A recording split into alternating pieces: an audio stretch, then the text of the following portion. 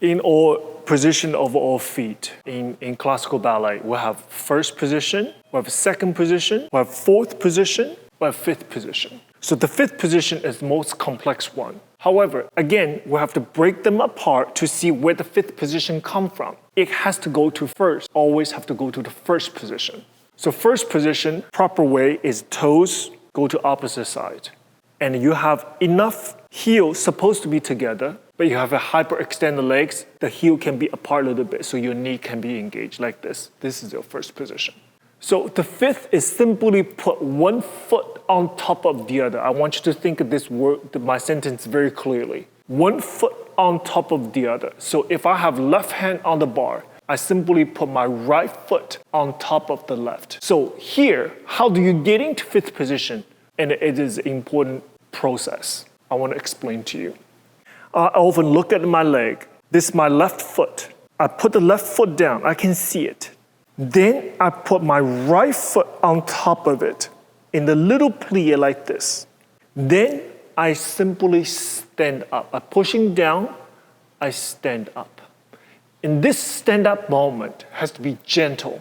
What you wanted to avoid, is when you stretch your knees, you disengage your fifth position. So therefore, if you do too quick, this will happen. Slowly, you put one foot down, put your right foot on top of it. Now you're a slight plie position, then I just slowly engage both my legs together. And you're pushing down and you squeeze in. And very likely, your fifth position will be held. Another thing I want to explain to you, let's say I don't have both legs equal turned out. So I prefer to have a supporting leg to be more turned out than a working leg. I want the supporting leg to have a proper position, like in first position.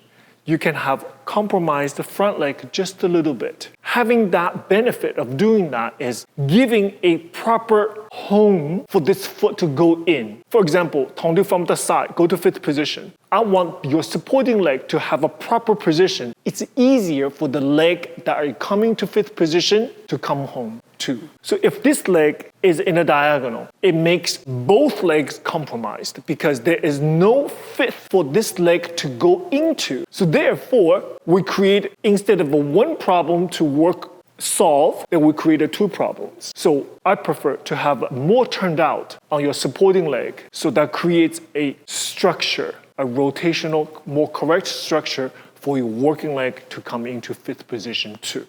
That's my recommendation. And then please remember, it's a practice. There is no overnight light bulb on-off moment in fifth position. It takes strategic practice, a little by little. Sometimes you don't see results for weeks.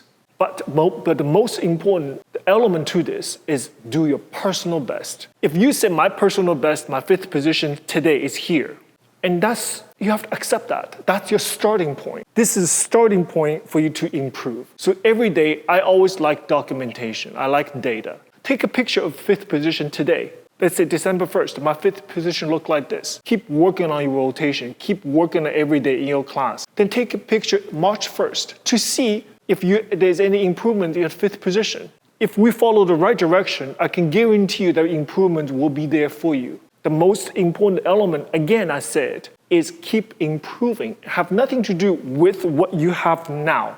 That's just the starting point. You have to see how far you can go from that moment on. Don't ever settle. Let's say my fifth position is here, and he said the fifth position is supposed like this, and can you give me a quick way for me to become like this? The answer is no. It takes time to practice like everything else. You have to be patient, you have to be smart, and you always have to have a safety point of view to this as well. So little, slow, and be patient, and the results will be there.